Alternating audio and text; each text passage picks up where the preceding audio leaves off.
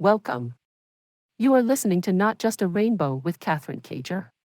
All right. Today, I am going to tell you my modest opinion on an interesting topic you probably will love, okay? Let's start. You may have come across terms like intersectionality and intersectional feminism in the news or from your local politicians.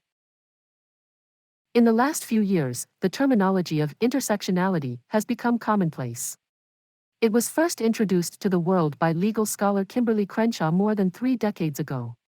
Her concept was relatively unknown, yet she was able to make the point that the oppression of black women was being ignored by the law. But the phrase has become an attention-grabbing buzzword.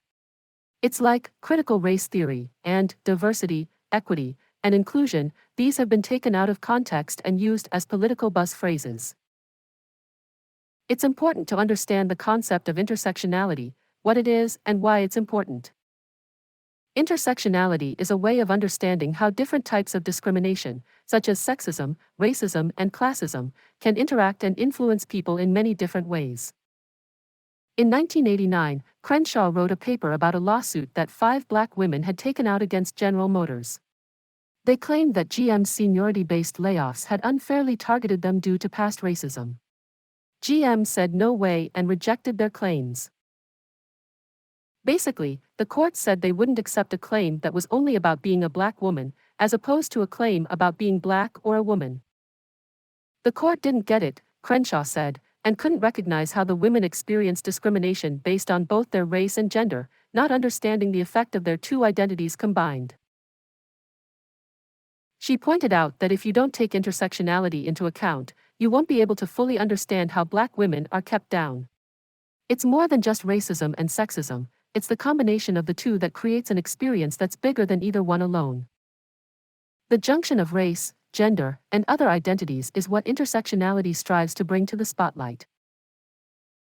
Is intersectionality a phrase that's used in the law? Sure, maybe. Yeah, Crenshaw, a legal expert, coined the term to highlight how the courts weren't recognizing the combination of multiple identities in discrimination cases. Nowadays, the term has been broadened beyond its original meaning, demonstrating how society as a whole affects people in different ways depending on their combination of identities. There was a big pushback against Donald Trump and the way he treated women, mainly because of his comments about sexual assault. People spoke out against him, and it all came together in the Women's March of 2017 when thousands of people gathered in D.C. to make their voices heard after he was sworn in as president. As part of that big movement, terms like intersectionality and intersectional feminism became really popular among liberal folks. People started saying, "My feminism has to be intersectional or it's BS," which was from an essay by Flavia Zodin in 2011. It kinda became like a catchphrase and helped spread the term even more. Assail Angela Johnny, from the Women's and Gender Studies program at the City College of New York, used a person with a physical disability as an example. It's no secret that those with physical disabilities can struggle to find and keep jobs, evidenced by the U.S. Bureau of Labor Statistics findings in 2020, where over half of them said they had trouble finishing tasks because of their impairment. On top of that, they may face additional roadblocks, like getting around or accessing transportation to get to work.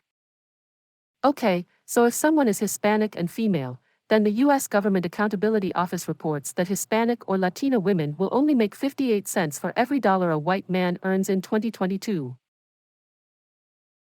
A Hispanic woman with a physical disability is going to have a different experience than, like, a black transgender woman or a white dude living in poverty.